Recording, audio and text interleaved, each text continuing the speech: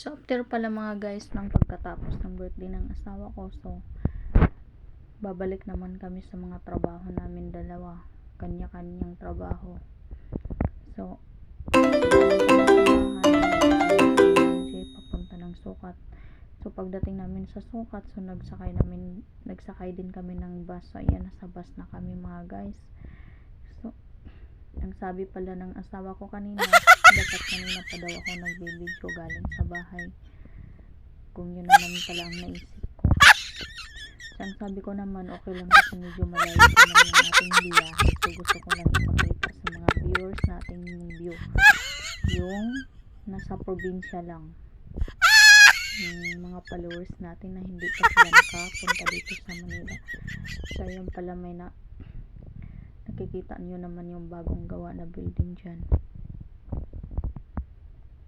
Buti nga mga guys, hindi kami na traffic. Kung na traffic kami, nako, iyak-iyak na yung aking asawa kasi ang pasok niya alas 6 pa lang. So, ang oras dyan 4:30 na. Sabi ko naman mahabol mo pa yung oras kasi mahaba pa man, hindi naman din traffic. So ayun, dumating na pala kami dyan sa Magallanes mga guys. So ayan, pinapahawakan ko na sa kanya yung cellphone para siya naman yung magpibideo sa akin. So ayan, naglalakad pala ako dyan. So ayan, lumingong pa talaga at nagbabay-babay, sana all.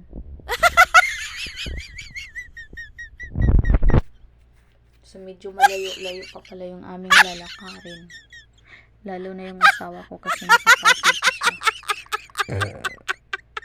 Pero sasakay naman siya ng MRT kaya hindi din siya matraffic.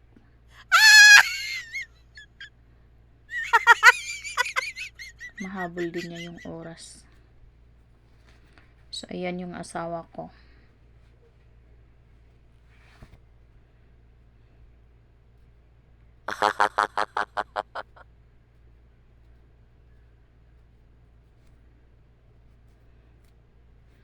Marami din maglalakad dyan mga guys sa Magallanes.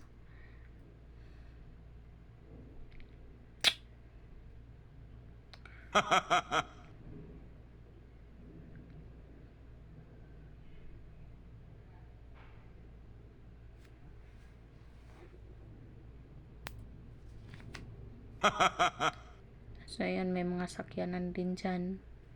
So ayan, ako naman yung nagbibideo. Ayan pala yung asawa ko. Yung bag niya pink, parang babae. Bakla siguro. Joke. So ayan yung bit-bit niya pala na heater pala yan mga guys. Kasi kailangan niya ng heater kasi nagkakape siya ng gabi kasi panggabi yung duty niya para hindi siya antukin. Binilihan ko talaga siya, kinuhaan ko siya sa online. Bilang regalo ko na yan sa birthday niya. Sana all ang sweet.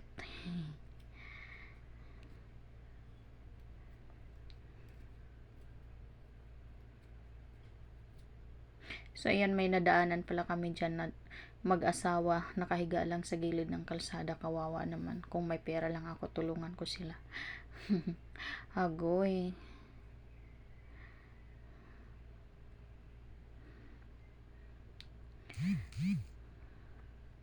So ayan pala mga guys, pagdating dyan, so tatawid naman kami. Tatawid kami ng kalsada pag nawala yung stoplight.